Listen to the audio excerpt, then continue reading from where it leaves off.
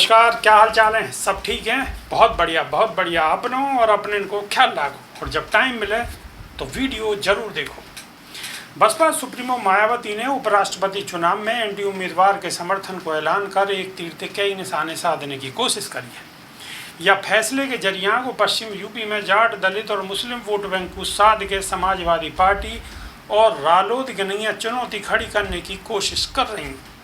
तो वहीं जाट प्रत्याशी को समर्थन कर उन्होंने रालोद को भी परेशानी में डाल दिया है। वो जाट प्रत्याशी के चलते क्या फैसला करें? बसपा सुप्रीमो की घोषणा से एक बार फिर विपक्षी खेमा में हलचल मच गई है। सवाल उठ खड़े हैं कि मायावती बार बार विपक्षी एकता की चर्चाएं के दावे के बीच एनडीए के साथ क्यों खड़ी हैं।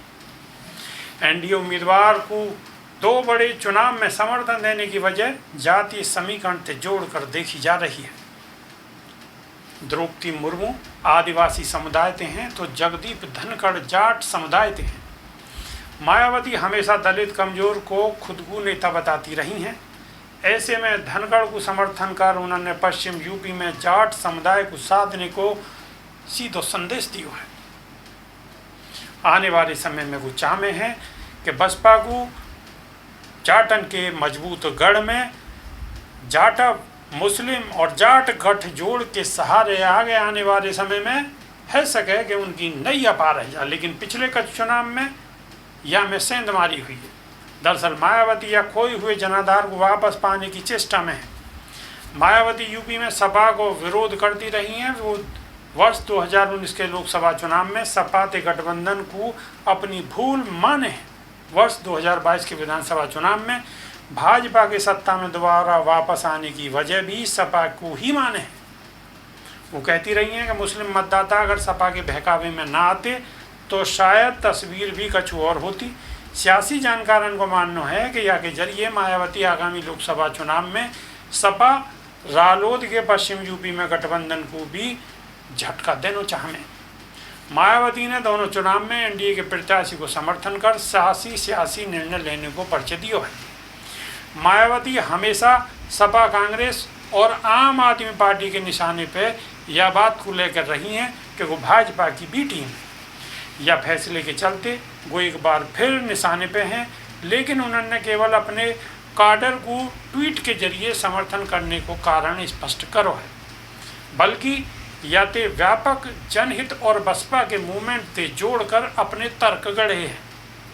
भाजपा को घेरने के नहीं है, जहाँ विपक्षी दलन को एकजुट करने को प्रयास करो जा रहा है, तो ऐसे में उनको एकला चलो को फार्मूला उनको सियासी निर्णय ही कहा जा सके। दरअसल में है क्या,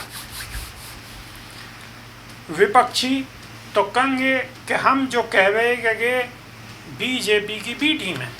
विपक्षी तो यह बातें कहेंगे, लेकिन बसपा सुप्रीमो को जो सोचना है उनको सोच है कि पश्चिम यूपी में जाटन को जो गढ़ है पूरी जाटलैंड, वहाँ में एक ऐसा संदेश जाए कि बसपा ने यानी कि बसपा सुप्रीमो मायावती ने जाट कैंडिडेट होने की वजह से उनको समर्थन करो।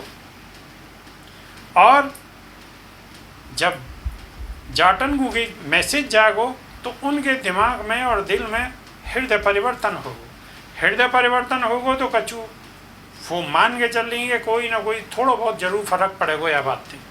और जो फर्क पड़ेगा इतना ही दर्द समाजवादी पार्टी को होगा, क्यों कि रालोद और सपा को गठबंधन है। अगर जाट वहाँ टूट के इंगे को आए तो सीधी चोट अखिलेश यादव के यहाँ लगेगी। बात कुछ समझ गए होगी। और भी बहुत सारी वजह है सके जो आप सोच रहे हो है सके, वो भी कोई वजह हो हम अपने मुँह से तो कहेंगे ना।